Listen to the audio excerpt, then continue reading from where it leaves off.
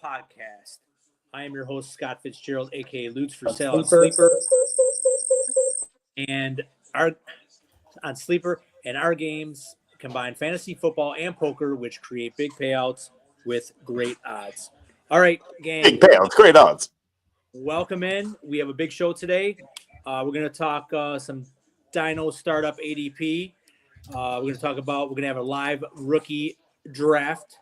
We're also going to talk about some players on the move and a new game that we're going to introduce called the Draft Predictor. Actually, it was last year, but it's going to roll off again this year soon enough. So I will get into player introductions. We have a nice panel here. We have my co-host. He is Bill's Mafia. He goes by Sklem on Sleeper. What is up, Sean? Not much, my friend. How you guys doing? I'm doing okay. And coming in, he is our El Presidente. He goes by Alejandro Hernandez. He is Westlex on Sleeper. What is up, Alex? What's up, Ballsville? How you guys doing? And Ballsville, we have a special guest today. If you guys remember a pod episode that was back in October here in Florida, we were ravished by two hurricanes, Helene and Milton, that came through and definitely did a lot of damage to the state of Florida. I can call him a real good friend of mine. I met him through Ballsville. He goes by Jimbo's Bimbos on Sleeper, and he was affected greatly by the hurricane. We did have a separate pod where we had a fundraiser, raised a bunch of money. He was able to get a new stove just in time for Thanksgiving. I'm going to welcome him in. His name is Jimbo's Bimbos. What is up, Jimbo? Oh, not too much, guys. Thanks for having me. I appreciate you taking us in. And, you know, I've been in a lot of fantasy football leagues throughout my time, maybe 13, 14 years. And I met Alex, and he kind of quizzed me and asked me a lot of questions. Am I active? And, you know, we talked a lot of integrity type things. And he ended up inviting me into the league. And ever since, I've just fell in love with their concept, fell in love with how they are so well organized. Alex, I cannot tell you how organized of a group of guys you are. And Thank you. You know, I've tried to bring in as many people as I can from my other leagues, and just trying to promote Ballsville. Like Scott was saying, you know, back in October after the hurricane, the guys asked me if I would just come on and do an interview about what I was going through. And it was an emotional time. It was rough. We lost everything. But now it's time to, you know, pull together and go forward. It's time to rebuild. It's time to, you know, I learned a lot about material things, and material things don't mean anything. It's the relationships and friendships. And this friendship that I've built with Ballsville guys goes so much deeper than fantasy football. And it all happened just in a matter of months. And Sean, I'd really like to thank you for those days. You really kept me up, you know, and it's great. And what Ballsville did as a community, coming together and helping me out financially with the fundraiser, I'll never be able to repay you guys, but hopefully through time we can meet, have some friendships, and hey, there's no repayment needed, my friend. Fantasy. Never a repayment needed for that. Yeah, I second that. We're just glad to have you, Jim, to be honest. Mhm. You know, the other day brought in a member from one of my other leagues, and today there was a guy came on, and I just put on there, "Welcome to the family." You know how everybody says "Welcome to the show" or "Welcome in." And Alex, that was kind of cool. But that's exactly how I feel about Ballsville. It's become a family. It's fun competition between brothers at times. You know, you kind of always, you know, trying to outsmart the other one, and I just really have a lot of fun with the Ballsville. Well, that's awesome. Yeah. We love to hear stories like that. Balls and Jimbo's a great player, great friend, and we love when people write in, like Short Stack says in the chat.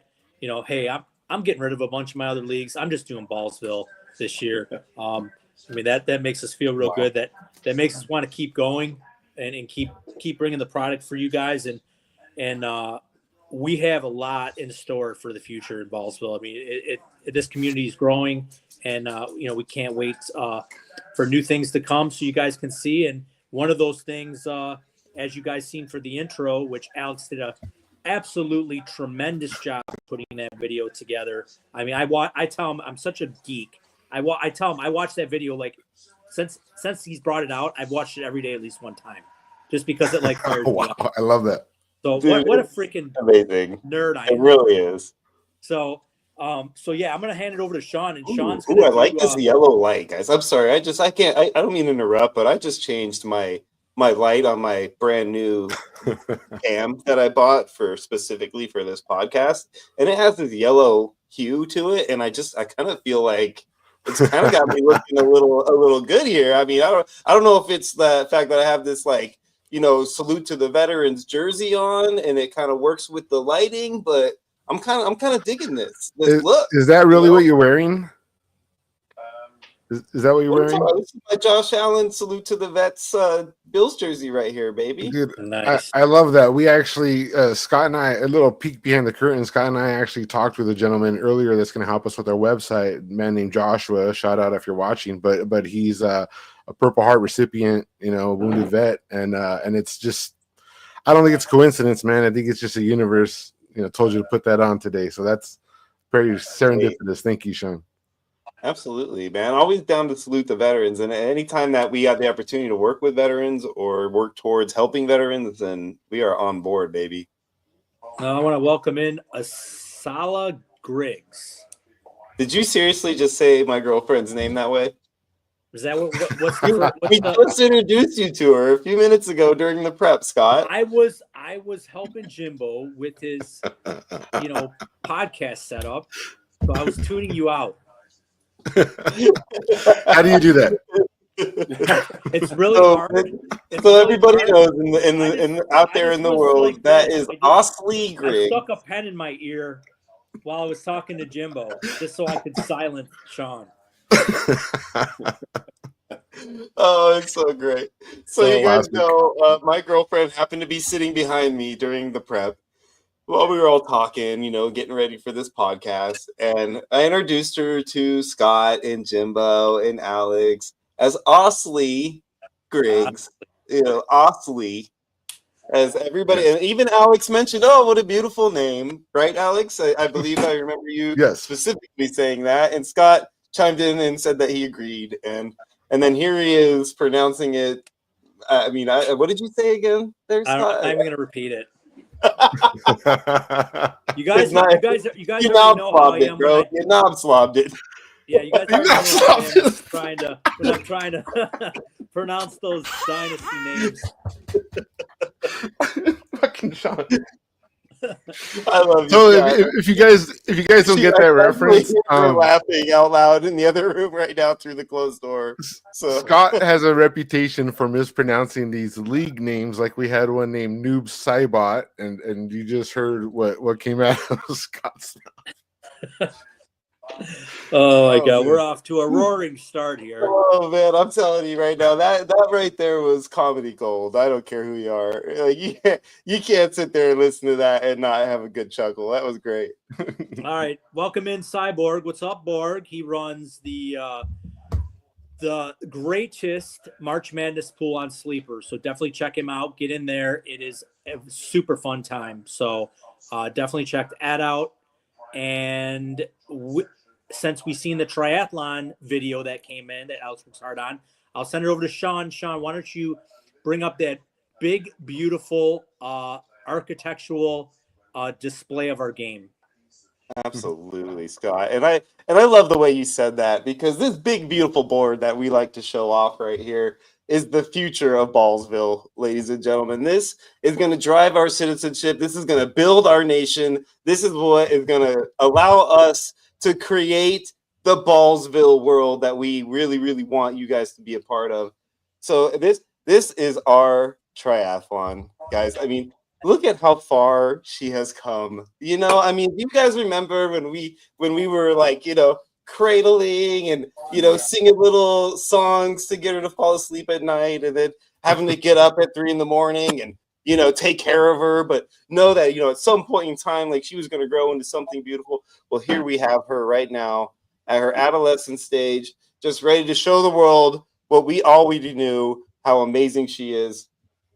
And welcome to the triathlon, ladies and gentlemen. We have ourselves the 3-leg, amazing, wonderful game that will be our bread and butter, our just, you know, heart of Ballsville Nation, right here, right in front of you, right now. We have first leg redraft, second leg guillotine, third leg Scott's amazing bracketology, Bestball, just break down, baby. So what we're doing here, guys, anything else you guys want to say before I go crazy on this breakdown? I really want to get some insight from our panelists here. Jimbo, you weren't a part of the creation of this, okay? I want your opinion. What do you think of what we did and how we did it based on where we went from last year? Because I know you were involved with that and the growth to where we are now and what we came to. Well, my opinion, anytime that you can do and spice up fantasy football to where people don't get worn out with the same old redrafts, the best balls, you guys have incorporated a fun way to play the game. And I think that's what a lot of people are intrigued by. You know, it's the amount of games, you know, you get people drafting because of the low budget that you guys provide, where it's not a lot of money to get in. But then you have the other end of the spectrum where if you want to get in a big money league, you can. And then this design, to me, I like to look at it as the Frankenstein in the basement, because it's just so intriguing. It's different. There's nothing out there like it. And it gives a guy an opportunity to play different strategies all in one game. I love it. Thank you. And that's what we were hoping for. You know, that is exactly what we wanted people to look at when they saw this format, was a way of playing the game that not only does it bring you like stages and you know, goals to reach that aren't like only at the end of the season per se, because like that was one of the things we talked about when we did this was, you know, how do we come up with something that gives people, you know, different, you know, milestones to reach throughout the year that don't, you know, don't require them to make it to this point to get paid. Yeah, you know, like having that leg one and getting paid, being a champion of that first stage, but then having the opportunity to roll through, and that's a benefit and, you know, a championship, and rolling through into the rest of that season. And then you go into the bracketology. The moment you make it to round 2 of bracketology, you know, you're already getting paid, and the farther you go, the farther you get paid. So every aspect of this game was meant to keep engagement and to keep you guys you know, in a situation where it's never just mundane. It never just continues to roll through a full season where it's like you just kind of have like this same thing going on and on and on. This is like, oh my gosh, I got a huge change coming 8 weeks from now, and then we got a huge change weekly, and then we got a huge bracketology going on where I got to be prepped and ready to roll, because that bracket is going to be nutty. And I'm going to get paid in that bracket, and I need to make sure I'm ready to roll for that bracket. And your whole game is going to be based on, you know, preparing for that, but having to encounter all of these, you know, hurdles throughout the way. It's where you're engaged, like you said. You timed that with the dog. So yeah, it's going to be pretty excellent. So we're all going to represent, like you saw in the video, we're going to represent thematic gods. Scott's got the Egyptian, and Sean's got the Greeks, and I have the Romans. So there's going to be three bracket type divisions that are like what you're seeing here. We're going to fill them up, and we're going to set everybody off the draft, and then like Sean's saying, your odds are still there. You win in your league, you get a little payout, and then as you go through the bracket, you're getting payouts. So even if you're exited, you don't make the finals, you're still going to have the payouts along the way that are going to compound. But if you do make the finals, if you win for the Romans or for the Egyptians, there's going to be 3 ultimate champions, and then you guys are going to have because Greek week is every week, baby. So our champions are going to face off against each other, and everything's going to be covered the way that we cover the games. It'll be on the website. It'll be on our medias. We'll cover it on the podcast. And then ultimately you'll get to verify who beats you, just like always. So that's one of the greatest things about this is this ends on week 16, which allows us the opportunity to have a week 17, like free for all championship battle, where you got a championship squad. You beat your entire double league bracket, made your way all the way to that championship aspect. But there's other champions that do the same thing, right? You want to have an opportunity to show them that you're the champion. Like they ain't nothing special. Like you the one that really deserves that actual grand champion Ballsville trophy, which in a certain time will be an amazing, probably dragon-inspired, epic style trophy that Alex is going to design, and it's going to be something that people will want for their mantelpiece on a regular basis. And that's only going to be available to that grand champion. June 1st. To answer the question in the chat of when we're going to open these up, so we're going to try to be ready to roll by June 1st, but we will, for Ballsville players, open this up, beforehand. As soon as they're ready, you'll be able to go pay the spot. First crack at it, baby. Always. You guys, support us. We're here for you. So you guys that are with us now, you guys get the first crack at it, and then we fill it up from the. And so you guys know, in Ballsville Nation, like, citizens are the president. Everybody has a vote, but citizens are the president. They have the ultimate vote. How do you say that? Al citizenses? Yeah, so we're gonna come up with a really cool Ballsvillian term. Yeah, so you guys definitely be on the lookout. Right around June 1st, we'll be launching these games. We'll be filling them real fast. Like I said, we don't think we know this is going to take off big time. So definitely be on the lookout. Why wouldn't it? Look at this amazingness that we created right here. Look at this adolescent teenager out here showing off their assets. But just to get you till then, we still have the mini games. We are going to give away, like we always do. We're going to give away a free entry to our Xbox division that's going to open up tonight. The PlayStation division is full and all off and going. So we're opening up the Xbox tonight. And how is that going to work, Scott? Let's go ahead and announce, since we're far enough into the spot, how they're going to get that entry. Yeah, so in chat you have to write the secret word, and the secret word today is what's it going to be? We'll let Jimmy make up a secret word. What's the secret word today? Oh, we already have the secret word. Jimbo knows it though. Yeah, it's Xbox. All right, there you go. Boom, boom, boom, baby. So if you put Xbox in chat, now I know the true meaning of the producer in your ear. Yeah, I love it. So for sure, you go ahead and put Xbox in the chat. You'll be entered the drawing at the end of the podcast. And I know we have one person in the chat. I think that look at this. Wait a second. Somebody's asking about the hot guy in the chat. What's going on here? There's only one new guy here. So what? Look at that, Jimbo. I know you're a married man. Like, welcome in, Lisa. She's a Redskins fan. Exactly, sure, a Redskins fan. She's happy about the Debo trade.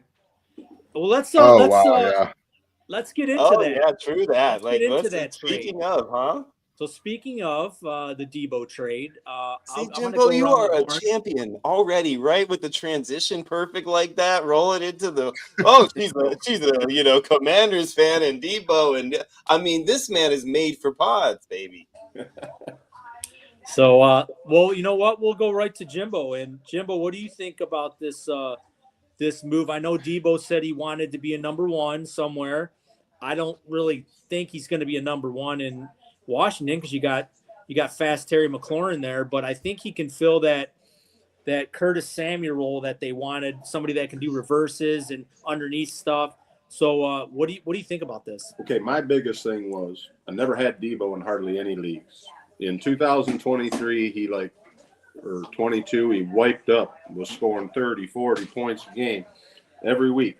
So then I get the opportunity last year to get him, same as I did with McCaffrey, and they both kind of dudded out, But I honestly think Debo's deal, I think he's got an attitude of management at the 49ers, even though he doesn't like to say so. I think there's problems there, that those guys' locker room issues. I think it'll be a good change for Debo. And I think if they go back to utilizing him like he used to and running, the jet sweeps, end arounds, the short stuff in the middle, and breaking out for a 50-yard dash, I think he'll do good there. And I think by Daniels being able to extend the play is going to make more opportunity for Debo to get open and get the downfield plays. Yeah, and Jenny B makes a good point in the chat. She says it's going to open things up for Terry McLaurin. I think it will. I mean, he's going to draw coverage. You have to account for him on the field. You can line him up anywhere. You don't know if it's going this way, it's going that way, Debo. So as long as he stays healthy and he's on the field and keeps his mouth shut, should be a pretty good addition to the Redskins. So I want to welcome in Todd Barber. He's in the chat. He wrote in Xbox. You are in the drawing, Todd. Paul Grody. I think it's Grody or Grote. I'm not sure. Here we go again with names.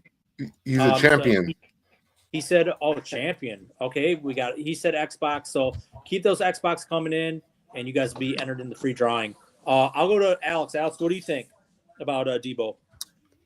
Well, I didn't like that he took a dive at Brock Purdy on his way out the door. That kind of attitude translates. And I think you're right about him being I'm pretty sure there's a pun in there, Debo.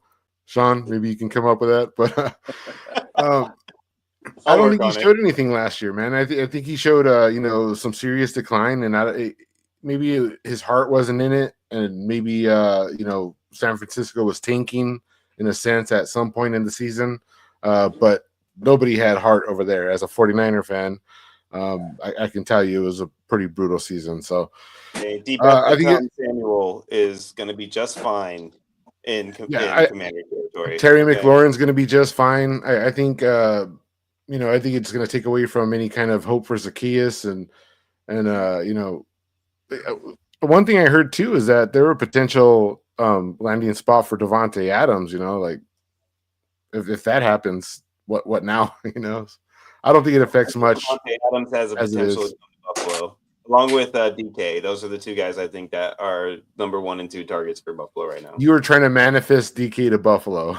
I was already, the moment that the trade rumors came out, I was already on it, but I definitely think DK is target 1. DK is the guy that they want, and I think DK is the guy they should target.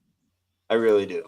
It's the money is easy. I shouldn't say easy, but he's not going to be that number 1 receiving target that requires that much money and requires that much attention. But he's perfect for what we need, and he'll block the shit out of motherfuckers. I think he's great for what we need. This is what happens when T. Higgins gets taken off the table.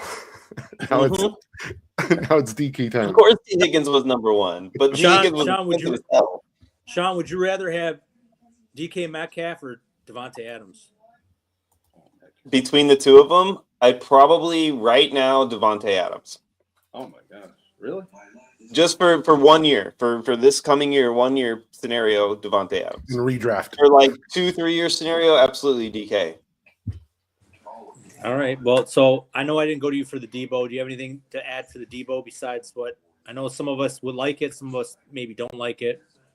I think the Debo move is great. I love the Debo move where he went. I think is the perfect landing spot for him. I think San Fran knows exactly how to utilize Debo, and they have the type of quarterback and the type of scheme that's going to fit his skill set. So I definitely think that Debo is in the right spot. Excuse me, if he has to leave San Fran, that's a good spot for him. 49ers are going to have to pick up. They're going to have to pick up some vet to come in free agency or trade because Ayuk might not even be ready to go. I don't know about that. I mean, they got Ayuk, they got Pearsall, Jennings, right? You know, Jennings. I think this is great news for Jennings. I think his stock rises, and I think Pearsall by association rises. I think it's great news for George Kittle. I mean, George Kittle's a monster, so you know I think it's great news for him. I've been trying to scoop him up as much as I can in these best balls. I think he's a great fit, you know, for that format. So where do you have him dynasty wise, Scott? Because I'm curious on Kittle has been falling behind like T.J. Hawkinson to tight end 4, you know, scenario when it comes to dynasty. So do you have him behind T.J.? Do you have him ahead of T.J.? Oh, I have him ahead of T.J. Hawkinson. He's my third off the board in dynasty for sure. Yeah, you still have him ahead of T.J. I mean, I know how much you hate T.J., so you know I got to take that into account. He'll be Brock Purdy's best friend. Yeah, no, Kittle's third. I mean, not a distant third, but he's a third. I just think Kittle's older, and I don't know how much longer he's really wanting to play. He's really not old, though. I mean, for a tight end, 31 is like prime for a tight end. Usually these tight ends, they don't get going and producing except for freaking Bowers, you know, until they hit like 30. I mean, you know, these tight ends, you know, they don't start declining. They don't start declining until they're in their, you know, past 35. But anyway, so let's transition over to the combine. I know, to me, I think it was pretty underwhelming. It kind of bored me a little bit. I mean, guys aren't doing anything anymore. So actually, what I did is I kind of combined. There was a lot of it too, man. There was really nobody out there throwing the ball. You know, there wasn't any like real like Gentry didn't run. You know, like it was kind of like it was people that needed to prove themselves, but nobody that was like, hey man, I'm going to show the fucking world what I can do. So I basically kind of I went to this one thing I always do and for receivers, and I actually like the gauntlet drill. I think the gauntlet drill says a lot about a receiver that can come across the field and catch passes like that without breaking strides, you know, turning their hips. Stand straight down the line. So I kind of like that a lot. Some guys that scored real good on the gauntlet drill, Jimmy Horn Jr., Jack Beck, Luther Burton III, Jalen Noel, you know, Eric Amoyanar, and Isaiah Bond.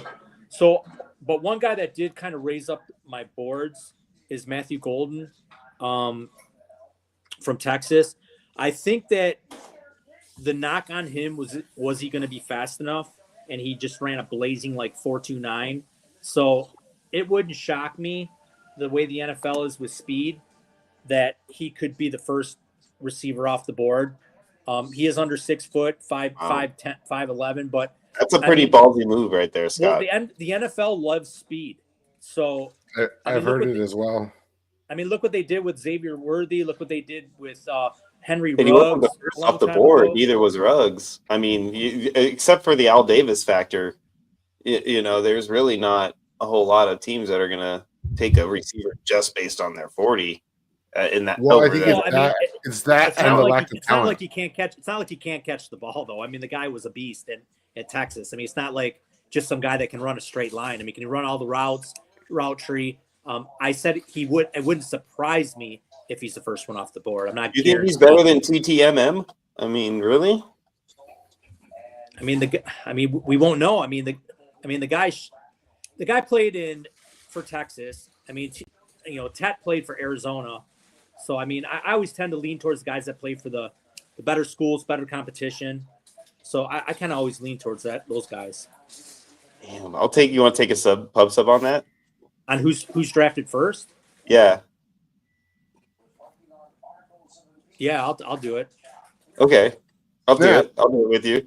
So if he goes over Tet, over TTMM, then I owe you pub sub and vice versa. All right, we'll see. Okay. Why not? First of the year right there.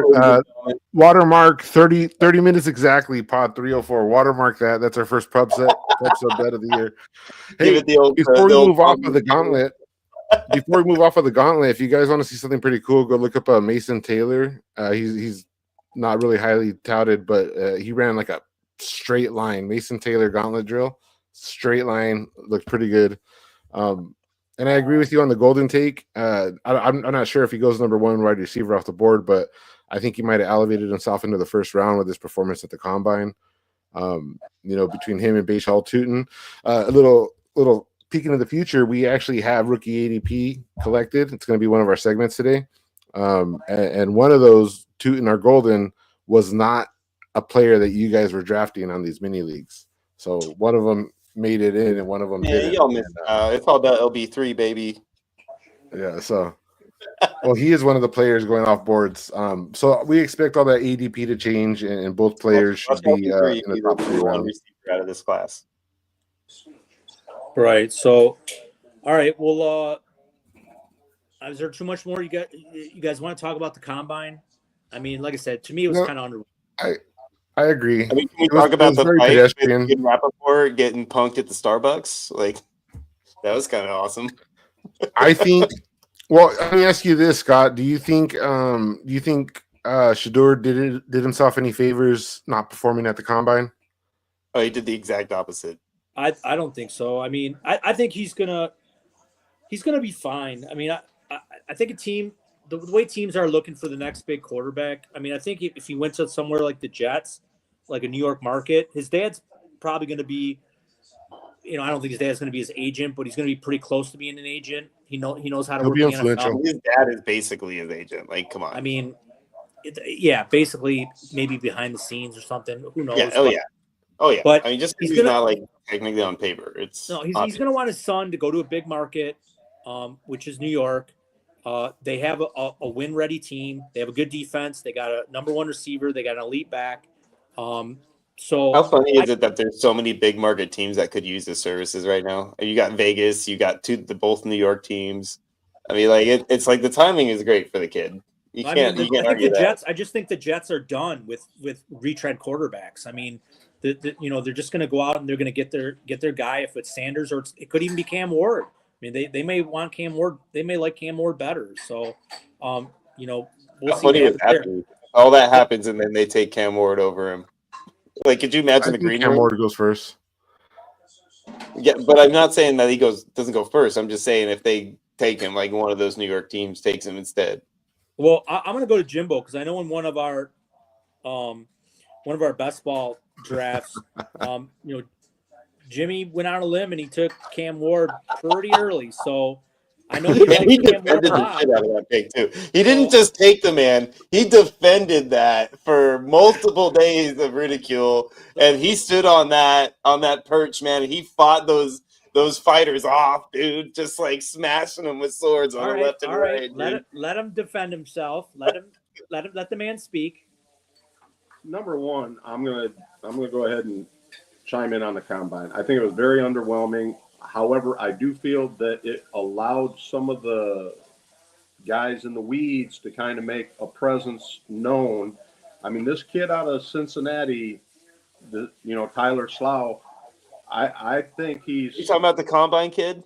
Yeah, everybody on that Ford. He just, I just think it gave in all of them, the receivers, the running backs, it really let some of these other guys surface by guys not doing the workouts and stuff. But back to the Cam Ward thing, yeah, I'm a fan. I mean, Cam Ward, I think, is outside of Jalen Milroe, it's a tight. Those two are tight for me. As far as athlete-wise, I think Milroe's got Cam Ward beat. But I think Cam Ward is a lot better quarterback than Sanders by far. And I think he's going to be the first-round pick. And I think probably the Raiders are going to trade up to get him. But I'm pretty sure you took him over Josh Allen. No, it was over Jalen Hurts. Yeah, what's your order on the rookies? Your rookie QBs. I was the 110 pick, I think, right? Yeah, I was the 110 pick, and I took Cam Ward in a best ball first because I know he's going to play. You just took him over so many good people, like Patrick Mahomes, I think, was on the board, and yeah, but he's going to play. I think this is the classic Jimbo giving us great podcast content because that was a live stream, And when you made that pick, like everybody pissed their pants, dude. I was like, we should clip that. That was a good moment. Okay, but let's go back to last year too. I was taking Brock Bowers in the second and third round. And I was just gonna say, you're talking about your 5 tight end, like the start of the draft. Ridiculing me for taking tight end 1, 2, 3. I took McBride and Bowers right off the bat. You took 5 tight ends. I took a quarterback. So, and look what y'all are taking today. Let's look at C-Bomb's pick. He took the first tight end in our dynasty we're drafting right now. Look at that, Sean. Hey, man, when you take 7 tight ends, one of them is going to hit. You can't brag about that. Well, yeah, last year I did some crazy things. Like I had one best ball team last year with every single starting Detroit Lion on it, from the quarterback all the way down. And I actually won that league. See, Jimbo, that's why we love you in Ballsville, man, because you bring this amazing takes to the table. Well, you know what? In Jimbo's defense, I after looking at some more film in the last week with quarterbacks, I did put Cam Ward above Sanders. So I think Cam Ward will be the first quarterback off the board. I agree, but did you put him over Patrick Mahomes? I'm not going to go that far. Yeah. But like I said, I don't know. You did so much great things for us. I can't hate on you ever, man. The Chiefs traded away one of their good offensive linemen today, and he's already can't get out of his own way, get out of the way. And they're getting rid of offensive linemen. I know. I think he actually pushed an old lady out of her wheelchair on his way to the plane. I don't know. All right. Well, let's get right to it then. We'll just what's up, Zoobs? Zoobs in the chat. What's up, Luz? Zoobs. Who else pop in there? Hell's Finest is in there. What's up, Hell's Finest? What's up? That's Brandon, baby. That's my boy right there. He's a homie. All right. He's in the league I took down thanks to Jamar Chase and Joe Burrow stack. That I know somebody on this episode right now happened to draft in a league that we're currently drafting right now. Got himself a Jamar Chase and Joe Burrow stack. Paid a lot for it, but he got him the stack. Wanted to see if it could actually be done. I haven't seen a startup draft anybody make that happen. Then you came around and took T. Higgins in the 4th. So this man is just like, I'm trying to stack all these Bengals on my squad, baby. Well, when you throw for 5,000 yards and you should have been the MVP, Hey, whoa. Pump the brakes on that should have been the MVP talk there, buddy. Josh Allen's first MVP did not get thwarted on some technicality. Oh, that's right. I forgot about that. You're a Josh Allen fan, even though you traded him away. All right. Well, let's get going here. Remember, look at the bottom of the screen. It says keyword Xbox. Type that in the chat. You will be entered into a giveaway. It will be a free entry into our Xbox minigame division. And then before we get on to the rookie draft, I want to just reiterate that our draft predictor is going to be launching soon. That basically is a bonus game. You will predict where these players are going in what order, as far as, like, for example, like running back. What do you think? Like me, well, for example, like what me and Sean did. Which receiver do you think is coming off the board first? He thinks Tet. I think Golden. So, go from there. So look into that. That's going to be on the website. Definitely check out the website, theballsvillegame.com, for all your fantasy needs. Alex tirelessly updates that every day. You can get all your information from there. And like I said, if you have any issues, all you have to do is DM one of us. So let's get into a rookie draft. There'll be 4 of us. We're going 2 rounds, and we will see how this plays out. Okay, guys, how do you want to determine draft order here? We can go top to down, so we can go Sean, me, you, and Jimbo, and then we can go back in reverse order. So maybe we'll just give – or do you want to do that, or you just want to go straight down 1 through 4? You want to do linear, or you want to do let's go linear. We got to do snaky. We got to do snake style for at minimum for the the scenario for Jimbo's team and our team. Like, we got to make sure it's all fair, No. Well, okay, we could do that, I guess, with the picks. We'll snake who's making the pick, but it'll be a linear draft, if that makes sense. So that works. So it'll be Sean kicking us off, and everybody has commissioner powers. You guys just put your players in. Well, we all know who You're I'm ready. going to take. I'm going to go ahead and take myself Ashton Gentry right here at 1.1, right? Yes. So that's who we're getting there. Scott, you are up. Is it Scott is on the call get too? Scott, Or yep. okay, so we got them in the order. Alex, are you 3? And Jimbo, are you 4? Yes. Yep. Yeah, Jimbo's 4. All right, look at that, guys. See, we do this in order for you guys, 1 to 4. I mean, can you imagine like how great we are already? Like this is us as like amateur podcasters becoming professionals. Okay, so you hit this button, or like you hit your spot, you hit manually set player. You can just tell me who you want, Scott, and I can do it for you. I was just showing Jimbo what to do. Oh yeah, that's Oh, cool. Jimbo, Hey, so did you we take didn't even that? mention that. We didn't even Was that mention you, that. We Jimbo? should have let off with that, guys. What? Scott and Jimbo are hanging out over there. I mean, they're neighbors. They met through Yeah. So wait, so Ballsville. who picked pick 2? Was that Scott or Jimbo that picked pick 2? That's me. That's So you took Cam Ward. So why did you explain? Oh, you were just showing him. You were just No, coaching he him while you took- picked I him. took Cam Ward. That's all right.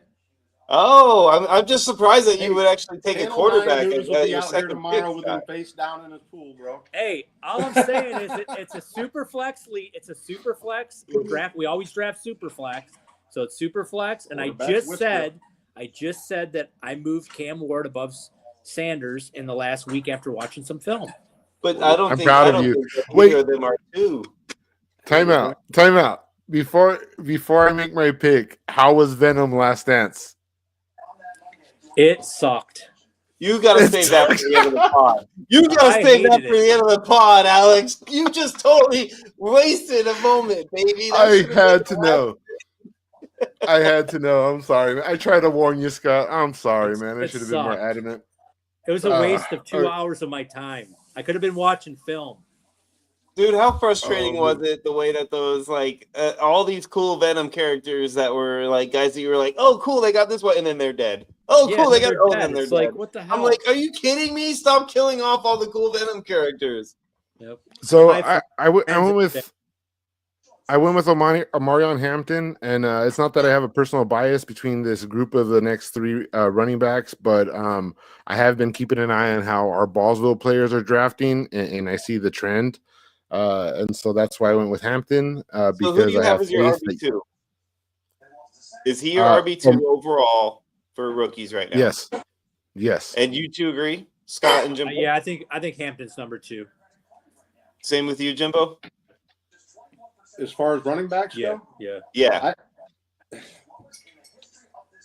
it's going to go that way just because I think Jenny's just got so much more press. He just got making the playoffs this year, and that's what did it for them. I think that's what really did it by them guys being in the playoffs. I think gets him. I'm not saying he's not a good back. I just don't think he's the best running back in the draft. I did read from some people that were at the Combine Live that said Hampton, when he was doing his weigh-in, looked like a Greek god. He was just massively chiseled and just Chiseled. Yeah, that he looked really good. Looked the part. So who took Ted? Who was that right now? It just took TTMM. That was Jimbo. That's me. That's so my pick. To me, that's my 1.2. Was right now, currently. So are we giving really? Jimbo TTMM is my double 1.2. Are we giving Jimbo double picks, or are we going linear? With Jimbo, you get to go again. We're gonna sneak back up. All right, we're going to sync back up. If that's the case, So that's why I was surprised you took Ward, by the way. I think he's my 1.2, and then I think Hampton is my 1.3. But I'm right. I maybe could be convinced between now and the actual time that I'm drafting rookie drafts to swap those two. But that's where I'm at currently. Yeah, all right. And a lot of that has to do with me talking to Connor. Because I admittedly have not researched rookies enough yet. So I just stay on the top line, right? Yeah, just hit the one that you're going to do. 1.5. And, 1.5, and then you pick the player and put him in there. Oh, look at Scott coaching him. I'm going to go ahead and just tell you, I really like this running back. Oh, really? Okay. Yeah, Okay. I think he. I All right. see. I mean, I'm not upset about it, but I think surprising. I think he's a very physical runner. I think he's a great pass catcher. I think if the guy puts on a little bit more weight, not much, I think he'd be a good red zone back. He's pretty big though. He's like 6 foot, like 2 something. He's pretty Yeah. jacked. Yeah, that's who I think is the best running back in the draft. So far he has McMillan and Judkins, and then it's on Alex, right? And Alex has Hampton for his first pick. Yeah, and it's pretty cool because I have Trey Anderson at my RB3. Oh, son of a gun! Next, so I'm gonna go ahead. You couldn't have just left him for me for 2 picks, please. Oh no, man, that fruit is just ripe for the picking. Like Scott, if he left him there, Scott, would you have taken him? Who? Henderson. If he left him, would you take him? I don't understand what planet you guys are on. You guys know me way better. He's a Wolverine. He ain't messing with none of these. You guys know me way better. And all I'm going to say is prime time. Prime time. Prime time. Oh, my God. So early in the rankings, our Ballsville players were picking Shador over Cam Ward, but only by 2 picks. Oh, so this is the situation that you hate to be in, where you run into the fact that Travis Hunter is your top guy on the board, right? And you still have no freaking idea what side of the ball he's going to play on. So what I'm going to do is I'm going to take the next best thing, and I'm going to go with Tyler Warren. Okay. Hey, Sean, I'm going to take the top tight end. For you. Does Tennessee trade down, or do they take a quarterback? Tennessee? The rumor I think goes they that they're going to trade back. I think they trade back. I think they hope to trade back, and then I think if they don't trade back, they take the D end. All right, Sean, you're double tapping. Oh, that's right. Son of Beach. I got to do this again. Do I take Caleb? Yeah, he won't leave Jimmy alone. Remember to maybe I could just Xbox say down there, I'm going guys. to go ahead and take him. I think I'm going to go ahead and take Travis Hunter at this point because at this point in the draft, I can handle that. Oh, I ballsy. hope anyway. Okay, so it's back to me. And let's see where I go here. Let's see here. Go ahead and take a third quarterback because we know you love to. No, I took the 2 I wanted, so good. Okay, we're going to go. I think I'm going to go in this direction.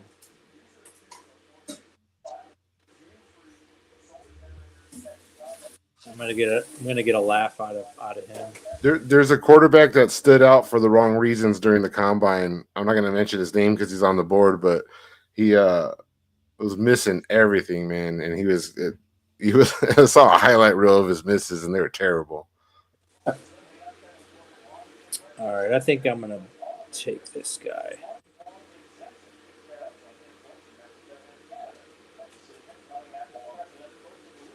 Caleb, there he is. He was basically Iowa's offense. A team that came into play Iowa said, "Look, they stink. We're just going to stop Caleb Johnson," and they still couldn't do it. So he doesn't have top end speed, but you know what? 4.55 for a running back is not super terrible. So it's solid. It's still a solid pick. I'm going to go ahead and step out of running backs, and I'm going to go with Luther Burden here. Yeah, I like that. It was either going to be Caleb or Burton. That's 2 guys. LB3? You're going to take LB3? Yeah, it's going to be a good time. I like the way it's shaping up. The benefits of this is that we have deadlines for payments for our Dynasty leagues April 1st. So by April 1st, all the existing Dynasty leagues are going to be paid in, or shuffling orphans if there's any. But at that point, when your league's paid in, you get a vote on when you want your rookie draft. So a lot of people are ill prepared, but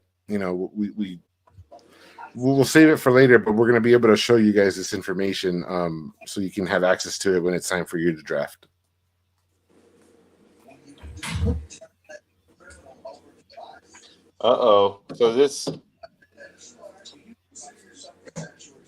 So it's on me Art, now? I like it. So 3 quarterbacks Back to went the Jimbo. first round in the super flex, which is, pretty standard. Scott, At did you least- just Yeah. Jack Art? Did What? you just No, that let was me take Jim. all 3 quarterbacks on this board? Did No. I what? No, that was Did you my take pick. all 3 quarterbacks, Scott? No, that's my pick. Oh, okay. I was gonna laugh. It's you again, Jim. It's me again. Yes, sir. It's all right. I always harp on people that the easiest way to acquire quarterbacks are in your startup or rookie draft. Good luck trying to trade for them and while the season's going on.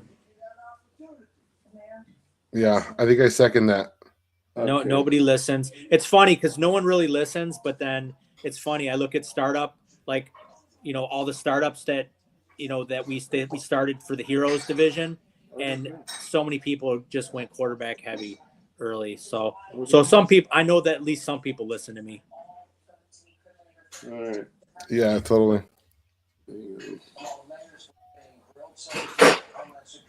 Oh, we're not snaking, we're doing linear. No, we're Yeah, sneaking. linear. Your pick. No, it's linear. You're at the 201. Oops, I pushed it down near the 212. Let me change it.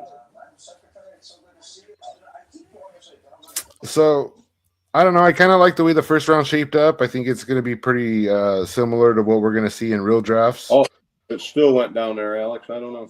Sorry. It's okay. Trey Harris, I'll put it for you. Yeah. Thank you. You gonna switch it? No, he's just going to move him down to the Oh.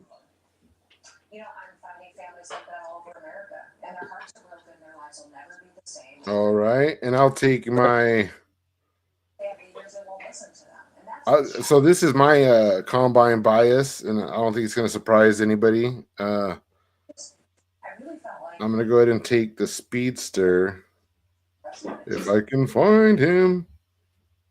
There he is. Matt Yeah. Golden. Yeah, that's a good pick, Alex. I don't like you, Alex. Definitely combine bias. Yeah, I was hoping he'd get back to me. Well, was he your next pick? Yeah, he was my next pick. I almost took him instead of Johnson, but I'm like, you know what? He'll get back to me. I mean, he's I think we might see him in first rounds. I don't think he'll be as durable as others. Okay. I think his landing spot will dictate it. Yeah, for sure. This is going to be a big year for that. So, like, we have certain years, like the Jamar Chase year, like wherever he goes, you're going to bet on him. But this year, I think it's going to be with the plethora of talent. It's going to be landing spots that determine the first round draft order. All right. Well, as much as I hate to do this, it's just their track record of these players, besides Chris Olave, has been pretty good. You're taking Loveland? So No, I know what he's gonna do. double E. Yeah, I knew it. Yeah. You suck. Even though he's from Ohio State, I didn't think he'd do that. That's what I thought you were gonna pick. Then. I hate Well, you guys. if Alex wouldn't have taken Golden, I was going to take Golden. I'm back to back, right? Yes, sir. Yes, sir. Oh, quarterback. Gotta do it. Gotta do it. I gotta do it. Who did that? That's the quarterback guru over here. He never gives you crap. That's funny. All right. He's I'm just gonna mad because I go- took him in front of him. That's what he's mad about. All Oh, right. you gotta love it.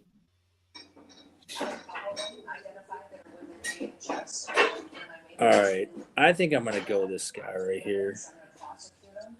I'm gonna go with where is he in here? I'll find him. Where is he? I know who you're taking. With the trouble that you're taking up looking for him, I know who it is. Yeah, let me. Where the fuck is he? Because this is a player that has not been on draft boards. This is the one I was talking about. And maybe we can talk about him now, because if you don't take him, I'll take him. But No, I'm looking for him, but I can't find him. Matt Golden he was a player that you guys were drafting in those early leagues, and by early leagues I mean like right after Super Bowl. Scott, just tell me who you're looking for. Do you know who it is? Oh, he's hidden.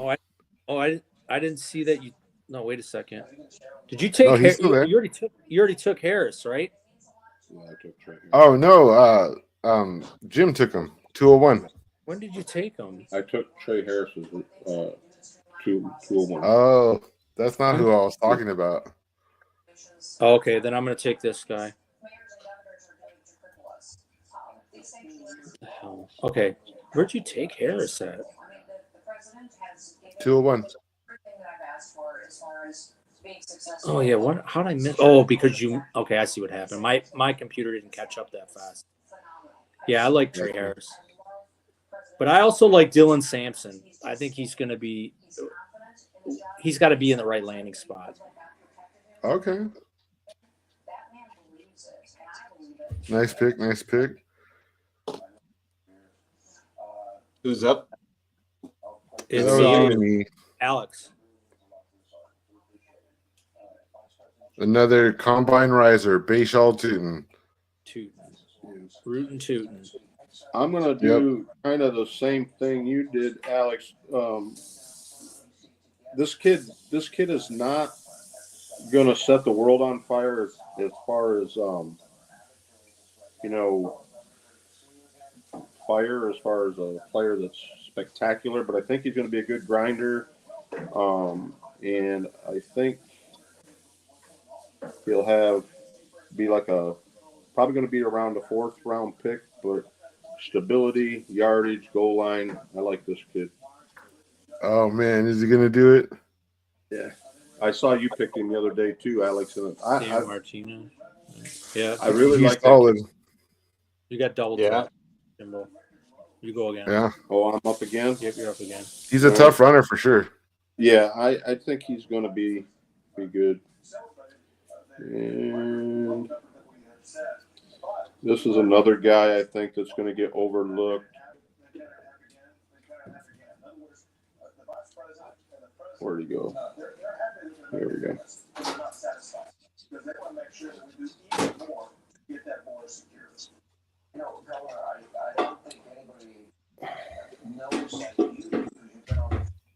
So pub sub bet. That's a good time. And that was on who's going to get drafted first, right? Cam Moore versus Shador. I like Kyle McCord. Yeah, he's a good quarterback. All right, Alex, you're up. That last pick. Yeah, my last pick, and it's amazing that he's here, man. But I see why, because there's so much talent at the RB position. But this is my dude, and if you see the highlights, to me, he looks like a smaller Mike Allstott with better hands. Oh, I know who's gonna take booty. Oh, I hate you. I have him literally every draft. I mean, again, You another suck. never would have got noticed without the playoffs. Yeah. You know, He's a thumper, man. Did you really see a lot of tape on him prior to the playoffs, Alex? You know what? His highlight reel, I did notice that it was a lot of the same teams, and they were just like lower ranked teams that he was beating up on and stuff. But I like his run style. I think his vision's great, and he seems to always finish the run. So I'm not sure what the knocks are against him, but I see a lot of upside in the guy. You know, with the 3-down skill set, he's got good hands. So I like his style. Yeah, I do too. He's a hard runner. All right, this guy. I'm gonna take this guy. This guy. They've been hyping this guy up in the draft. Doesn't come from your, big time school or anything like that, but grades out pretty good. I'll take the guy who can't run fast. Yeah. If he wasn't arrogant about it, I think it would have been less of an impact. As arrogant as I was about trying to be able to do this without a problem, since it took me like 5 tries. There we go. All right, so there we go. That's a 2-round our first rookie mock 2-rounder. And actually, you know what? This just shows you how kind of deep this draft class is with running backs and receivers. I mean, it's really deep with like B-level players. I mean, you can go well into the 3rd round, and there's still a lot of talent out there. I mean, how many of these players do you honestly think are going to be contributors in the NFL, like to a level that's like a valuable fantasy player? Like, honestly. Yeah, but Sean, look at the age of a lot of the running backs that are good right now in the NFL, other than the last couple. They're all older. That's what I'm saying. Yeah, they're all even in the receiver group, it's just starting to kind of come around to where we're getting a lot of these older guys are, retiring. I mean, what happened in Seattle today? They released Lockett. I mean, just to give you some names that were drafted, I think that are guys that could do some is Devin Neal from Kansas. You got Ollie Gordon, Tez Johnson, who's basically 150 pounds soaking wet. Quinn Ewers, Dylan Gabriel, Eric Eyemore, Xavier Raspo. So, I mean, Jalen Higgins. What about Blue? I mean, Blue. Yeah. Blue's down there running back. So, I mean, it's a pretty deep draft. But, yeah, I agree with Sean. I mean, how many of these guys really going to, compete? But you don't know. So, you just got to throw darts at these guys. I mean. Well, every year. Doing Dynasty, but, doing it like I have a little bit, and C-Bomb's been doing even more than me, which I was surprised in Bestball. But I think he's just looking for darts that are going to be points that nobody else is going to have. I was really surprised to see C-Bomb kind of get out on a ledge and do it as much as I was. But yeah, well, so you kind of need to. I mean, we get into this argument about how valuable your rookie draft picks are, but my argument is that literally every player in the NFL came from the rookie draft. So Justin Jefferson wasn't a high pick. We have the James Robinson year. He was great that year. We have Bucky Irving, who came out of the later rounds. Tom Brady himself, the freaking GOAT, was a late round draft pick, So you never know what you're going to get in these rounds. But, if you have insider information, you have a better shot at it, the more informed you are, I believe. Me and a buddy were talking in a DB league the other day.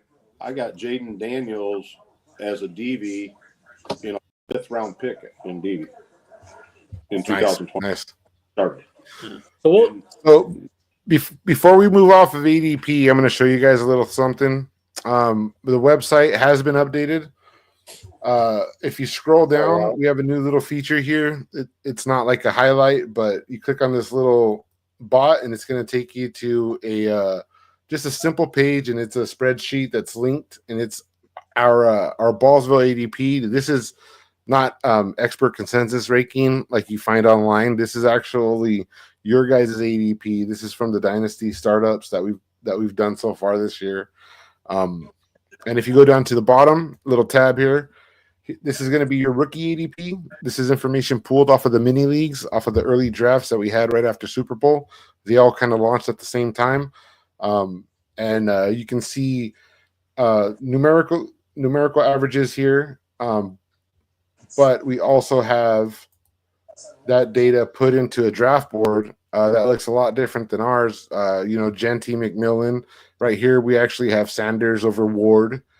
Trey Henderson was the RB2 taken. Luther Burden was a wide receiver 2.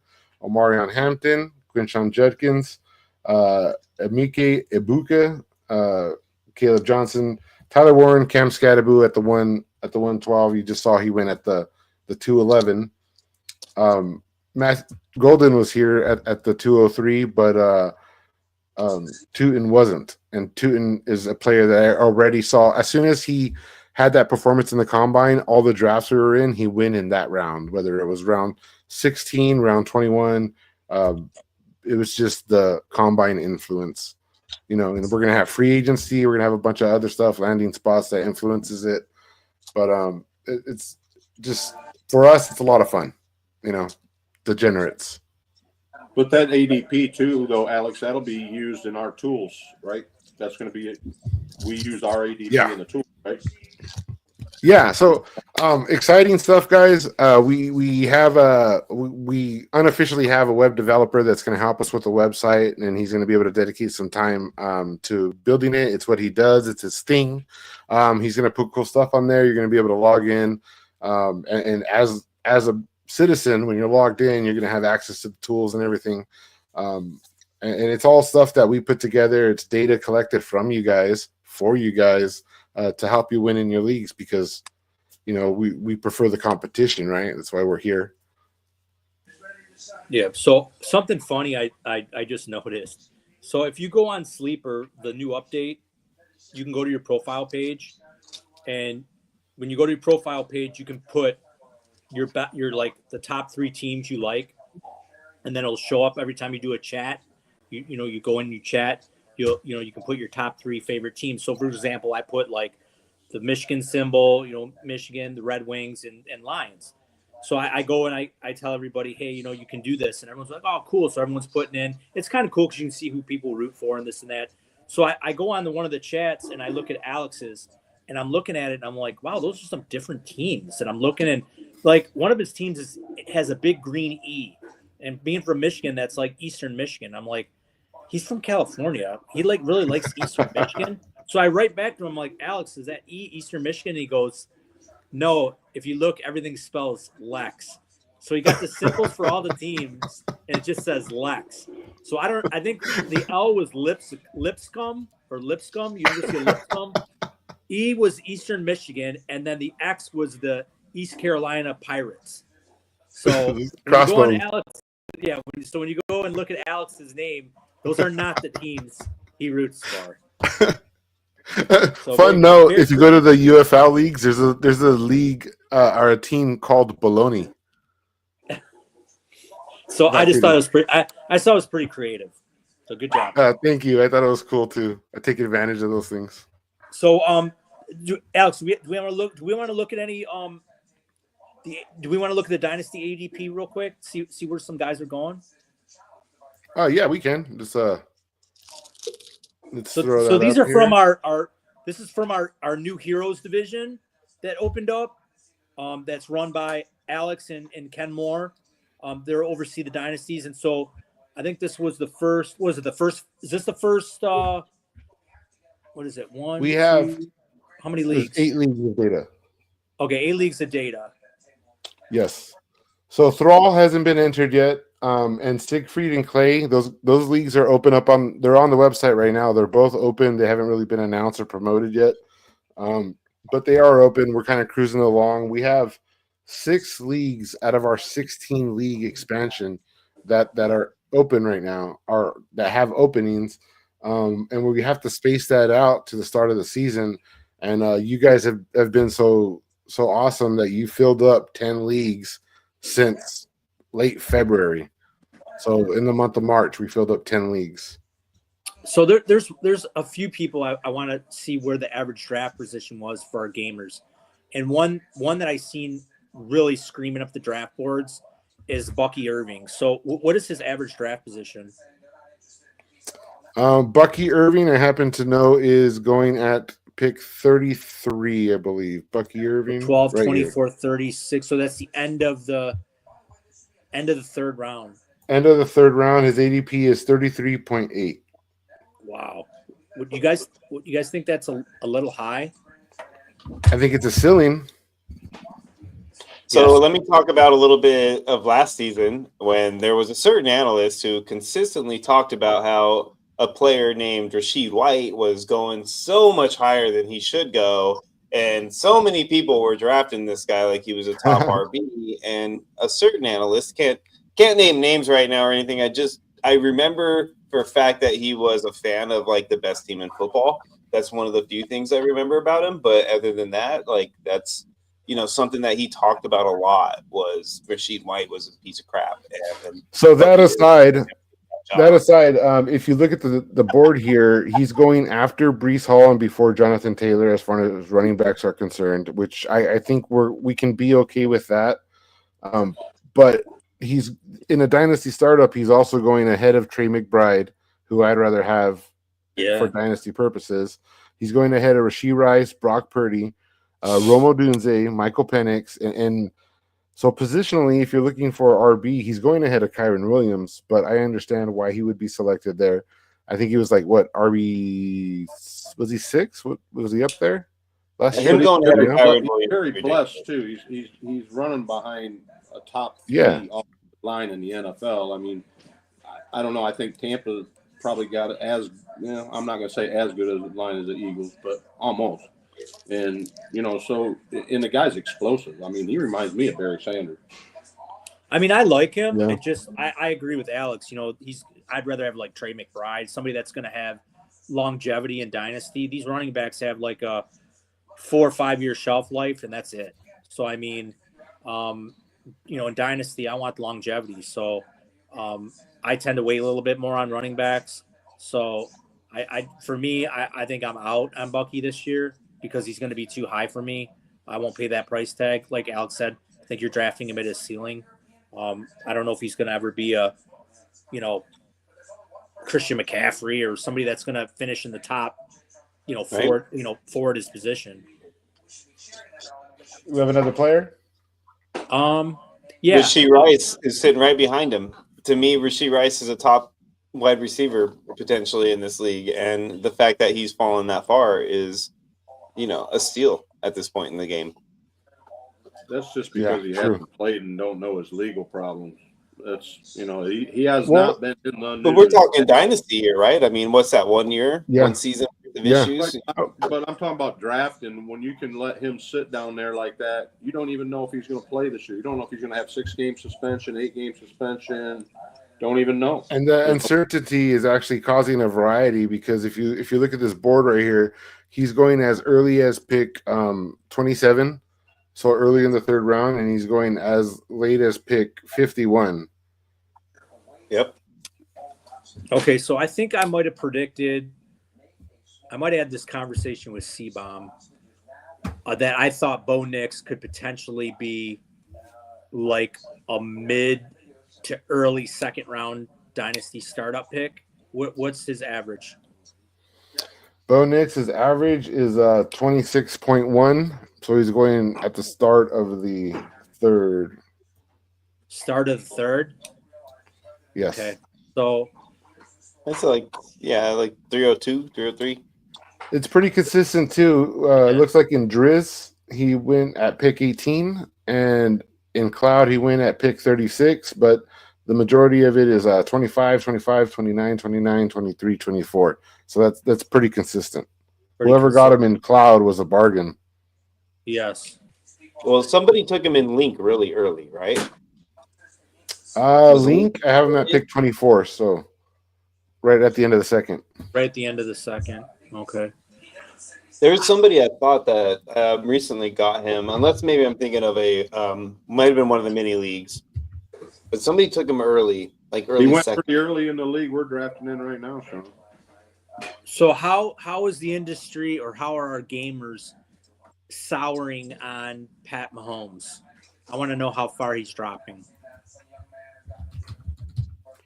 Pat Mahomes is currently, he went as late as pick 13, 18. He's sitting at pick 13 average, even. Okay. All right. So it's not as So bad the 201. No, Okay. but typically what we're seeing is a big string of quarterbacks. We got so Jaden Daniels leads the quarterbacks at 1, Josh Allen's 2, and then we got Lamar Jackson, Joe Burrow, Jalen Hurts, and it looks like Mahomes is quarterback 6 off of the board. So Yeah, that board. Yeah, it's looking. Yeah, that looks pretty good. Yeah, that looks about what I'm seeing in all those dynasty leagues. That board right there. the next quarterback is Caleb at pick 20. Wow. Anything you guys see that's out of place or too early, too late? Here's one for Sean. Dalton Kincaid. How far down? Dalton Kincaid at ADP 104. I think that's a steal. I mean, I still think Yeah, the kid's got potential, and he's in a great offense with a quarterback that really wants to get him the ball. That's the All right, middle of the so- 8th round in the Dynasty startup. So a few picks above him, Deebo Samuel. With the new news, does he go higher now? Yeah, Uh, I think he goes I don't higher know. for contending teams. I don't think he goes that much higher, to be honest with you. It won't be No, crazy, but it'll be like higher. Jim was saying. Like Jim was saying, if you owned him last year, I don't think anybody that owned him last year is going to draft him up there. It was It's the same thing with hideous. McCaffrey. I mean, look at McCaffrey. How much everybody's feelings are. I mean, what did McCaffrey go right now, Jimbo, in that league we just drafted? Like Steve 6'7" or 6'8", something like that? No, he just went like in the Yeah, it was like 6th round, like mid-6th round. I know that much. yeah Like, it's late. 6.7 and JM Hubs got him in the 6-7 spot. Yeah. And I was going to take him at 6'8", so I know he was going right there either way. Too, but I got so much stock in him from last year. It's like I'm over it. Him and Debo both. And Derrick Henry was a couple picks right after him too, so they're both going in that mid-6th round, range. That's So- wild. so- We have him at pick 56, which is the middle of the 4th. So you gamers out there, definitely go to the ballsvillegame.com. Alex did a great job with this. I mean, this would be cool just to tool around and look. I mean, we have some of the earliest ADPs out for dynasty leagues on the webs on the whole internet. So I mean, I would go out on a limb and say the earliest, because Yeah, how I mean, many I don't think other people anyone's- have had 8 leagues drafted already? exactly. And it's not as up. Ours is updated too. Yeah, current. and ours is updating current. So I mean, if you guys are drafting in home leagues, I'm on there every day getting in. I mean, I'm in my robe, and sitting over here just plugging away at adding in players that have gotten drafted overnight. So that's what you'll Yeah, get that's with true. that's what you're going to get in the future with the ballsvillegame.com is you're going to get us grinding right after the I mean, once the Super Bowl's over, we're back to work. I mean, and Alex does a tremendous job, and the guy works 2 jobs, comes home, takes care of this. Why do you think he has no hair left? It just we're going to get you guys early and often, and to help you guys even win if you're not, because I know a lot of people play different leagues that aren't in Ballsville, which is totally fine. But we want to help you guys dominate those leagues too. All of them should be in Ballsville, guys. If they're not in Ballsville, bring them to Ballsville. We will All right, incorporate. hey guys, we're getting close to our raffle here. Make sure if you're watching, you put Xbox down in the chat, and welcome in to Mr. Richardson. So far, we have 10 at this point. So the more the merrier, ladies and gentlemen. Don't let it only be 10. cool. I see 16 of you in here.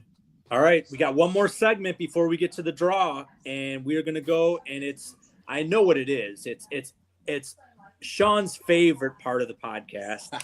Everyone can't wait till this part of the podcast comes up, but I can never remember what the name is. I need help, Sean. I can understand why, Scott, because it's not like I pronounce it in a very memorable way on a regular basis. I usually just say, something very easy like trade talk. There you go, the trade talks. Everybody loves the trade talks. So you got to have thick skin if you're going to be in this segment over here. So if we're talking about your trade and you don't like it, like I said, got to have thick skin because we're going to give you honest analysis. I know how that feels. Look at. So, guys, I just gotta say before we get going on these trade talks, let's pull up a comment right here telling me to stop taking all the quarterbacks. I just want you guys to know where that comes from. Jimbo and me have slightly referenced it a few times tonight, but in a certain specific dynasty league that we are currently drafting in Ballsville, I decided to take the strategy of trade up, quarterback, and nobody else has a quarterback. And now the teams are very upset about it. So I am getting consistent feedback to stop taking quarterbacks. And all I can say is, yeah, I will, because I've taken them all now. And, there's none left. So I won't take any more, I promise. Leverage. Right? Yeah, but they are here for trade, guys. I'm just saying, I don't need 4. They You're are trading them too, trades. so you're trading them away too, just as fast as you're taking them. I'm just saying, right? I mean, Make it you more. turn around. The things I've done in that league, I don't want to go too crazy, guys. I don't want to toot my own horn. He's not proud. But, He's not proud. He can't tell his parents about what he's done in that league, how he got those quarterbacks. No, I couldn't tell my parents because they'd probably call the cops. With where your draft position is in the trades you've made in that league, it is pretty different for you. All I gotta say about Sean's draft was he's finally catching on. He's finally learning. He's learning how to be a quarterback whisperer. Hey, when you trade away the 103 to move up to the 102 to get Josh Allen, and then 4 rounds later trade away Baker to get the 102 rookie pick, I mean, I feel like you kind of did something right. You know, you ended up with Josh and one pick better in the rookie draft. Can't talk mess about it. All right, let's move on. Bring up those trades. Here we go, ladies and gentlemen. Let's talk about the first trade. It's in the Gideon League. Our buddy Sam. You know, speak of the devil, we got our man J817 involved in a trade. Gotta love it. And you're right, Yeah. It's our boy Grim. Look at Grim and Laterion Milton. Man, these two guys have been making moves in the leagues that we were in together. They are McTradersons. And this is mid draft, guys. So it's not like we could look at their team and see what team need is. This is a startup. Yep, exactly. They're done now, but it's from being in this league that I know what their team needs were, and this trade definitely had a lot to do with it. But I like the way that they made this happen. I think it was a right move for them, each team. Although I do think there was one real winner, in my opinion. I'm not gonna sit here and sugarcoat it. We all know who that is. So I'll let one of you two break it down, or 3, I should say, break it down before myself, because we all know which side I'm going to go towards. Yeah, I'm so excited. You started out. You know how I am with quarterbacks. I want as many elites as possible. I do like Puka a lot now that I think that Cooper Kupp will not be there anymore. JJ, following Michigan, you know, I do like JJ, but he's still an unproven commodity. So I am taking the big bull horse behind that offense, and that's Josh Allen. I want the best player in the deal all the time, and I want the workhorse Josh Allen. Now, to be fair on this one, though, Alex, isn't this the league where the guy that had this team was booted, right?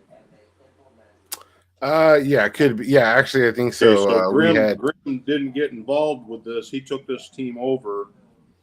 Yes. And I'm in that league also. Yep. And that's exactly what happened. Yeah. Okay. Yeah, that's a good point. We had a guy, and we'll be pretty brief about it, but we do eventually occasionally ban people, and this person got himself banned. He wasn't even the antagonist to start with. The antagonist thought he was funny. He's still in the league. He cracks jokes. They're not crude or beyond the line. They're just dumb jokes. I think he's like young, but he's the antagonist. He was being funny in his own mind, and this is what I think it boiled down to, honestly. Yeah. That was that? It's just different senses of humor is what I think it boiled down to, the way the conflict happened. The person that got removed was removed because he had a characteristic where he was both offended by everything everyone said and offensive to everybody and thought everybody else was a problem. So I saw that behavior brewing, and he was starting to get fed up. And I think I said something to him, and the way that he responded during the startup, I was like, you know what? It's going to cost the game $25 because I'm going to sell your team for half price, but I don't think you're going to fit well in this league. I'm going to go ahead and refund you, and I'm going to remove you from the league. And I DM'd him and got his refund right away. Do that lightly, right? Like that's not a decision that's made on a whim. Alex, I think he handled it. You know, being in that league, I think you handled it really professional. That's one thing I'd like to kind of pass on to these guys. There's not a big turnover in Ballsville. I think since the time I've been here, I may have seen maybe 4, 5, 6 orphans since I've been here. Yeah. I took over 2 of them that I saw out of that 6, but it's just a close-knit bunch of guys, and I think more so over what the guy was saying and doing. I think you nailed it on the head, Alex. He's just not a Ballsville guy. You know, it was he needs to be out there in doing some other things. It just I don't think it was a good fit, and I think you handled it great. Thank you. Yeah, he showed his true colors after he was removed and kind of reassured me that I made the right decision. And the whole goal is that we want to provide you guys with the best league meets for your league. All it takes is one toxic person to kind of get everybody in that bad mood, and then it just kind of spreads. So we removed him. And there was a main rule that he was violating on a regular basis, and it's not rushing players during a draft. Rushing.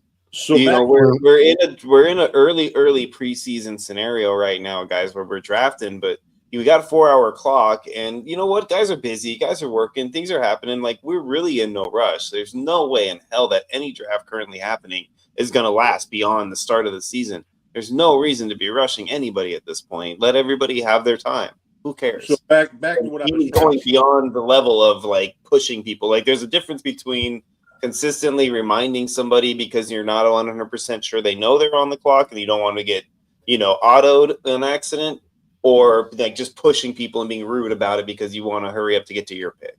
So back to what I was just trying to get with Grimm on this. Grimm kind of took over a team that wasn't, in my mind, the guy made a lot of haste moves, I would say. So Grimm's kind of been fighting from behind, trying to get this team kind of in the right direction. So some of the trades, he was 2 pool tables behind the 8 ball. Yeah, and he's just been playing catch up to try to get the team, close to being workable and competitive. Yeah, so I like it. He gave himself an alpha quarterback in Josh Allen.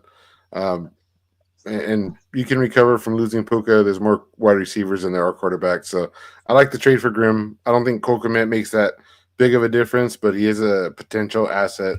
And but Josh Allen covers the gap. I can tell you the thing that could change this dramatically is if JJ comes out and becomes a top 10 quarterback. That makes this trade way better for him.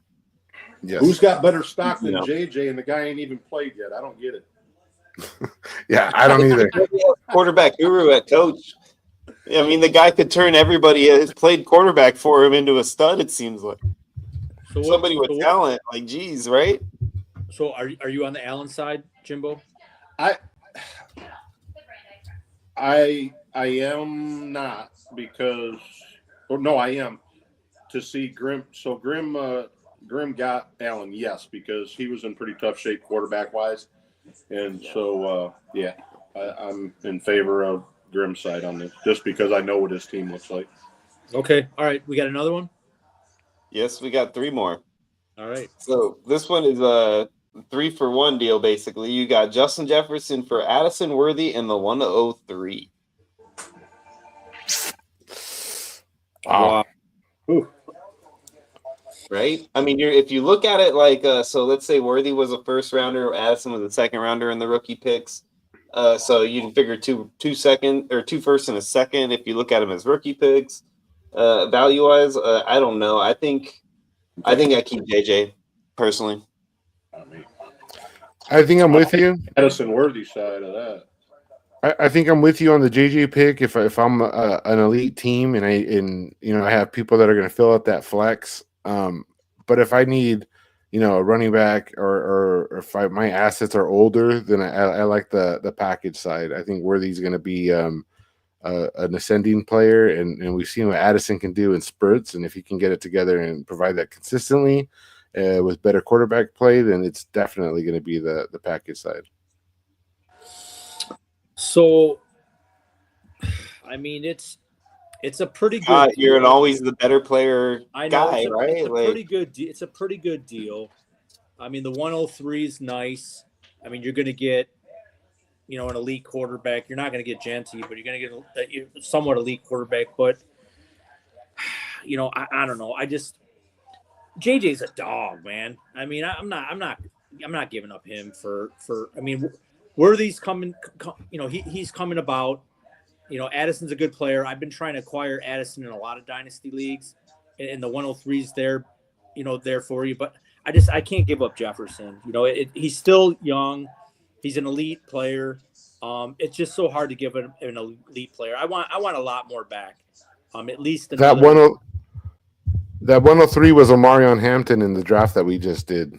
So if you put a player there, how does it look if you put Hampton? What I love about this trade right now is actually, and I love that we have Jimbo on the pod with us, because Jimbo, we talked about a trade that you made just recently in that same startup we were talking about earlier, where you made a trade to move up to get Burrow at like was it 1.5, I feel like, and you gave up a similar package that would have turned out to be players like this in a startup, correct? Yeah, I don't know what the players actually were with what. Yeah, I can't remember what they turned out to be, but I feel like this is a similar package. Does that feel like I it's don't know about what the guy took with the picks, but I gave away too much. But I was trying to. I really wanted to see if I could pull off a stack with as early as Chase has been going in these drafts. Really tough to try to stack him with Burrow. Okay, Do you guys see you're either going to get Zubic's one or comment? the other. You're either going to get one or the other. And so I was really challenged to see if I could pull it off. And I did. I overpaid probably, but in a dynasty, I'll go ahead and take it. You know, I suffered in the quarterback position after that because I gave up my second and third round pick. So I suffer quarterback wise, but I look at it in a super flex. Chase is going to produce more points on a weekly basis, average, than half the starting quarterbacks in the NFL. Okay, so So what you gave up, Jimbo, just to give you a heads up. Sorry, Scott, I didn't mean to cut you off, but I got the trade pulled up. So Jimbo, you got the 105, which gave you Joe Burrow in that trade. No. Back up. I had the 103 and took Chase. I traded up to get the 105. That's what I'm talking about, is the trade up to get the 105 here. So that this is where we're talking about, right? So even though this is Jefferson, it's a similar scenario because you had Chase, right? So let's just swap Chase and Jefferson, or Chase and Burrow, and say you trade up for Burrow, right? Well, I would say it's similar because I got Burrow, and this guy gets a 103 rookie, you know? Yeah, but you gave up the 109, I believe it was. I gave up my 26 first and my rookie first also in that trade. Yeah, your 26 second. You gave your 26 second and your 27, well, your 25 first, which was 109, if I'm not mistaken. Is that correct? Yeah, because I'm picking in the third spot, so it was like a 109, 110. All right, let me give you guys some either ors. Okay, welcome in, Cheeky Hobson. Very good player in Ballsville. What's up, Cheeky? Okay, either or, guys. Would you rather have the 103 or Amon-Ra? Amon-Ra. How about Garrett Wilson or the 103? The 103. Over Garrett Wilson? Don't know who's quarterback. Only because there's like a 20% chance that he never gets a better quarterback. I don't know. I still think I might. I like the 103, but the more I think about it, the more I might take Wilson still. What about Garrett? What about 103 or Drake London? Drake London. Okay, so this trade would be, do you think, so if you made this deal and gave away Jefferson, I could buy this deal if I could turn around and take that 103 and go get Drake London or Garrett Wilson. I think you're not going to be able to do that. Is what we just talked about. You're going to need more to get. Well, we just picked Garrett Wilson. Have to give Addison in the 103 to get either of those guys. But guys, we just picked Garrett Wilson over the 103. So I mean, we picked the 103 over Garrett Wilson. So if you're going off of that, like if you offered me the 103 for Garrett Wilson, I'd give it serious consideration. I'd probably try to counter for like a ancillary piece, but I would definitely. I'm just saying, to give away Justin Jefferson, I want like a proven player. I don't want the 103. I want like a proven player back. Now this trade actually is a great trade if you were looking to do a redraft, because all three of these picks are starters. The rebuild? Because this 103 is going to be a starting. It's either going to be a starting quarterback or a starting running back, or it's going to be a starting wide receiver. My play is it's going to be a running back. I'd take TM, and these 3 points in any weekend are probably going to get you more points than Jefferson. And then just to give you a recap, Zubicus says this is his trade, and he needed an early pick. His quarterbacks and running backs aren't great, so it's going to be either quarterback or running back. So if you're in that league in Skitherix, you know where he's going. Yep. So that's kind of what proves my point about acquiring. You call the man out, Alex. He's already getting ragged on his trade. You're going to call him out too? No. I think it's a fair trade. No, I'm just saying that this is what proves my point about acquiring quarterbacks and startups. It's very important because with Zubikis, now he's struggling at quarterback, so he has to make a trade and trade away an elite asset just to try to get an opportunity to add another quarterback to his roster. So, I mean, it's just but like I said, I don't hate it. I don't hate it. It's just this. When you don't have quarterbacks, that's what you have to do. Well, I'm probably going to have to. That's why you draft 4 or 5 quarterbacks to start a startup. Okay, next trade, please. Next screen. Alex is like, next screen. We don't need to hear about that. Oh, I love you, Alex. Oh, it's a triple C. Is this a triple C bomb trade? Yeah, this is a try trade right here. Don't see many of those. Yeah, you will not if many you at all. C-bomb in it. This is the elusive try trade, man. This is like that diamond behind the white apes in Congo, like impossible to get to. You see Congo? Was that a freaking 1992 Congo reference? Bad Jesus, ape. Sean. Go away. Bad ape. Way to appeal to the youth. My language, Congo. Oh, come on, guys. Nobody? Yeah. Amy loves you. Amy. Yeah, there it is. You got Kamara, Andrews, and Taylor. Gave away the 102, 202. Oh, I love it. But yeah, so the elusive 3-person deal. I bet Connor had to work his butt off to make this happen. Oh, and then the Taylor and the Irving. Boy, man, legs really got screwed up. All right, so we've got Alvin Kamara, Mark Andrews, and Jonathan Taylor. Excuse me. Going to Connor, who sends away the 102, the 202, and the 26th third. So the rookie 102, rookie 22, and a third in 2026. John Legs receives the 102 and the 202 and sends away Alvin Kamara, Mark Andrews, Bucky Irvin. And Etha Blinka 10 gets Bucky Irvin, the 2026 third, and sends away Jonathan Taylor. So I mean, he's a 3-player trade. Where do you guys stand? Who's your 1, 2, and 3? Keeps Camaro. I think this is one of those trades where one player got fleeced and the other 2 players made out. Yeah. So who's your fleece? It's John Legs because he's obviously he needs a quarterback. He's dying at quarterback because why would you acquire the 102? You're not getting Genty. So he's dying at quarterback. So he's going after the 102 to make sure he gets a quarterback. So one of the things that stands out is that we literally just discussed how the ADP for MAR players is putting Bucky Irving right over Jonathan Taylor. So if you look at Ethan Blinker's side, he's getting a third to move up and what would be a startup pick to get Bucky Irving based off of ADP. So if that's our ADP and that's where they're being valued, he's just acquired an upgraded asset and a third on top of it. I mean, I can see Camaro. So who do you think got the best end of this deal? And they both, really are on the decline. I just think Legs really got, and I can't believe C-Bomb only gets Camara out of the deal.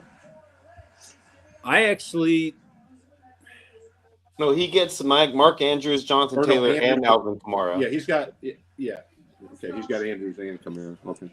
Well, I think him and Ethan both win. I think Ethan Blink is my biggest winner only because he's upgrading and getting a third at the same time. You think he's upgrading from Irvin to Taylor? You think that's an upgrade? Well, like I said, based off of what we just demonstrated with the ADP that we collected, Bucky Irving is going above Jonathan Taylor in startups. If Taylor can stay healthy, he's more of a volume. I think Taylor's the better back. Well, that's better. That's the objective approach, but based off of the data that we actually collected, they're flipped. I would probably go Jonathan Taylor over Bucky Irving myself, but as far as perspective on what their value is, Bucky Irving seems to be the popular pick right now. What if the Colts get one of these running backs? Really got away with it in this opinion, in my opinion. Be behind it every minute. I think I'm just going to lean the Connor side just a little bit. I'm still going to put Jonathan Taylor over Bucky Irving, even in Dynasty. And then Andrews, he's probably expecting maybe a bounce back year from him. Kamara, you basically traded a third. The way I look at it, he traded a third for Kamara, a second for Andrews, and a first for Taylor. Yeah, it's a Well, big win. did you guys hear that Joey Bosa is going to sign with the Bills? No. Congratulations. Yeah, he Bills according to released. it's just released by the Chargers, which means he's definitely going to come sign with the Bills. The Bills are getting all of them. All right, what do you think? You want to do one more, or you guys want to give away a freebie? We've got, You know what'd be nice if you could pull that one up. You know, we talked about the Gideon trade with Grimm. He has since traded away Josh Allen for Williams and a Doomsday. Oh, You mean that's this right. one? There it is. Right there. There it is. Yep. That trade just happened here not too long ago. I Really? think it was either yesterday or late. I think it was yesterday or early this morning, I think. I don't know. can I just mention how amazing Josh Allen looks in that little bulb right there? I mean, he's so symmetrically positioned right in the middle, and I mean, it's like the picture perfect scenario right there. I'd have Do made you that already have a room? Or do you need to get a room? He's a Bears fan. Isn't trade. he? He is a Bears fan. Yes, he's been trying in that same league, he's been trying to get Fields for me forever, but I mean, you're predicting on a good future between those two. So I don't know. Josh with Allen, his team, It's a leap of faith. yeah, Josh Allen to me is just I think he sold a lot to get Allen, and then gave him up for yeah. not as much as he Yeah, sold him for to get him. Yeah, I don't like that. All right, are we doing one more? Are we going right to the Well, we can I'll we tell can you go what. right in. We're cutting down on almost 2 hours here. We should probably roll into the giveaway. well, one more thing before we move off of that trade that we were just at. So Josh Allen's going, according to our ADP, going at the pick number 2. Romo Dunze is going at pick number 39. So right at the beginning of the 4th. So if this was a startup pick, you'd be trading away the 102 for the for pick 20. What's that? The 208, and then picking up a 4th round pick. So as startups go, the 102 for the 208 and a 4th. I mean, that's pretty solid. well, Doomsday's going to go up in value too as soon as Keenan Allen's gone, which could happen next week. I know they just extended. I heard they signed him to a 1-year extension. Is that not true? Oh, I don't know. I didn't hear it today, but I don't trust the source. Either way, his stock's going to continue to grow. This is that time of year, man. You never know what the fuck is real. don't go to Twitter. Totally. All right, guys, let's run a freebie and get out of here. How's that? All right, let's do it. All right, so we're looking at Xbox as our word of the day. If you haven't already, type in Xbox into the chat and get your ass in this drawing. And Scott, what are we giving away? Pardon me? I said, what are we giving away today? Scott, tell them. We're giving away a The free 300. entry into the 300 Xbox Series. Oh, you guys want to see the promo for that? We have that loaded. Absolutely, we want Load to it see up. that. Who doesn't want to see that promo? While that All right, we'll promo take a minute. is, get your ass in there and type Xbox so that you can get paid. Oh my Yes, God! Look up since C-Bomb. Or no, that wasn't C-Bomb. Who put in? Oh God, Connor, you don't count. We got to eliminate. No, Let me he's go in not. here and take Connor I out. see. No, what happened. I put that in. I put that in. If it's any one of those accounts, if it's mine, the Ballsvilles, or Connor's, and we're just gonna re-roll. Ready? Here comes the promo.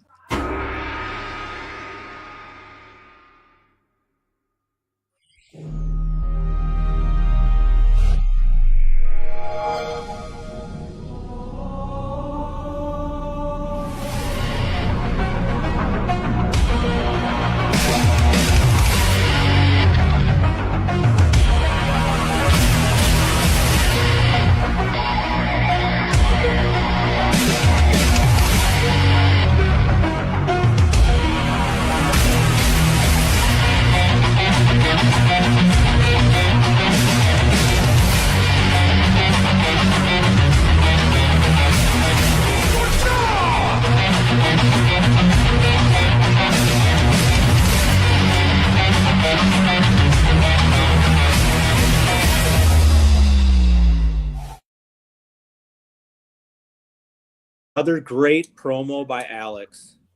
That's a year old. Hey, not today. Today it is brand fucking new. Now we got the R rating. Thanks, Sean. Hey, what can I say? You know, I'm a fucking pimp. All right, how many Xboxes do we got? We have 14 entries, ladies and gentlemen. All right. 14 total entries into this drawing. Are you ready to roll? Let's go. Drum roll, please. Bing, bing, bing, bing, bing, bing, bing, bing.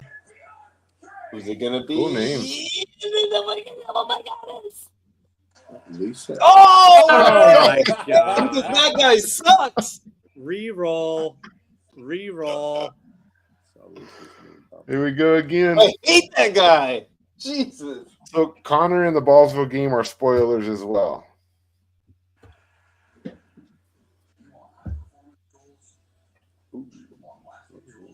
The Borg. Oh, my Oh, God. Cyborg. Cyborg. Nice. That It's is his Professor second- X with the military grade. That is his second free entry. He won one a couple weeks ago when he popped on the pod for the first time and got a free entry. So He was on Just- there earlier. just to let you guys know that, even if you pop on here for the first time, you could win something. So congratulations to the Cyborg. He goes, no. No. Yep, Just you gotta like, keep. You gotta start playing with a Cyborg. Too Papa. bad you won. So Yeah, sorry. Sorry. Not as hell. oh, he really wants to donate it. You really want to donate it? Okay, roll again.